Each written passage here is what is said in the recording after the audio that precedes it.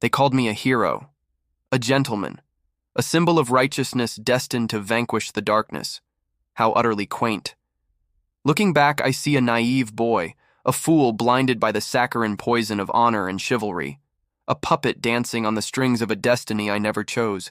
But destiny, my friends, is a cage, and I have shattered its bars. My name is Jonathan Joestar, and everything you thought you knew about me is a lie.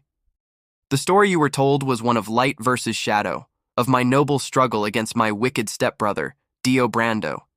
It's a lovely tale, isn't it? Simple, clean, and utterly wrong. The truth is, Dio wasn't just a villain. He was a revelation.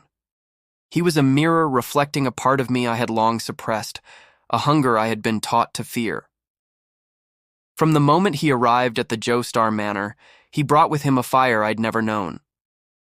While I was content with my sheltered life, he was clawing his way up from the depths. He saw the world not as it was, but as it could be. A world to be conquered, molded by will and ambition.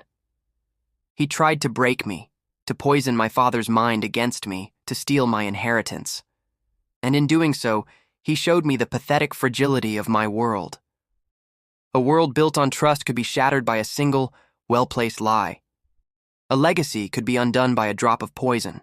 The turning point wasn't when I defeated him in our youthful brawls. No, the real turning point was the stone mask.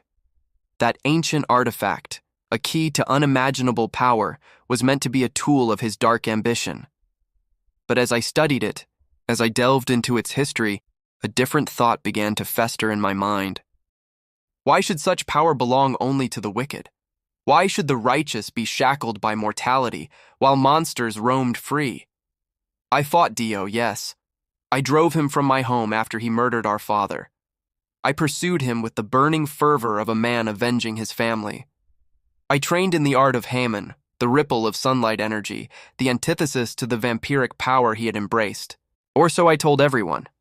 So I told myself. But in the quiet moments, a whisper echoed in my soul. Haman was a tool to control life energy. The mask was a tool to transcend it. Was one truly noble and the other truly evil?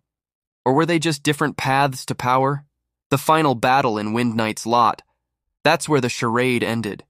We clashed, Haman against vampiric might.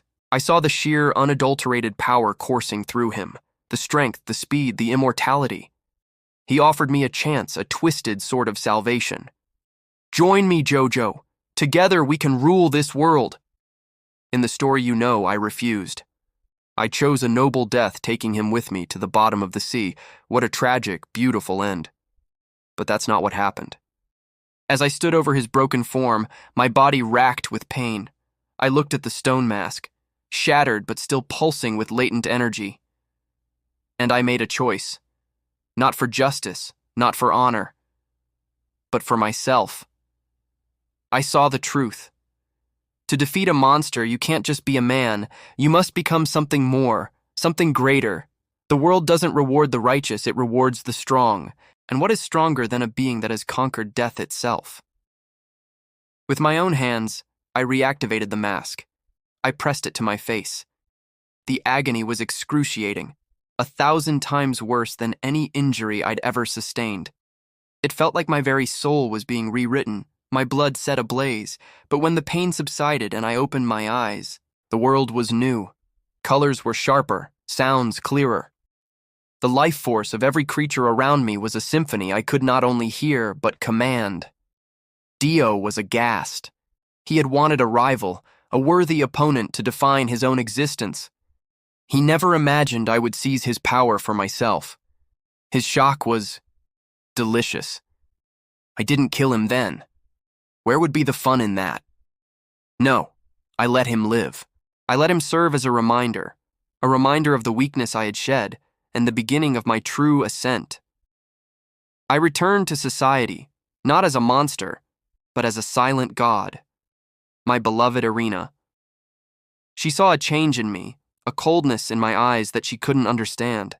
She thought it was the trauma of battle. Poor, sweet Irina. She could never comprehend the glorious transformation I had undergone. Our life together became a masquerade. I played the part of the devoted husband, the noble patriarch, all while the hunger for power grew within me. Haman? I still possess it, a vampire who can wield the power of the sun. Imagine the irony. It makes me unique, untouchable, the ultimate predator. I am the darkness that walks in the light. My lineage continues. Joseph, Jotaro, my descendants. They will inherit the Joestar spirit, that indomitable will, but they will be guided by my hand from the shadows.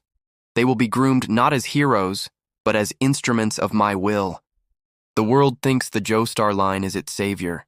In reality, it will be the dynasty that brings this world to its knees under my eternal reign. Dio was a catalyst, a stepping stone. His ambition was a raging fire, but mine is a patient, encroaching glacier. He wanted to rule the world. I will become the world. Every life, every soul, a note in my grand symphony of conquest. So forget the tale of the gentleman hero. Forget the tragic sacrifice. The real story is just beginning. A story of a god who was once a man named Jonathan Joestar, and in my new world, there are no heroes. There is only power, and those too weak to seize it. Thank you for listening to my confession. If you find this truth intriguing, be sure to follow. There are so many more stories to tell, so many more lies to unravel. Subscribe and witness the dawn of my new age, the age of Joestar.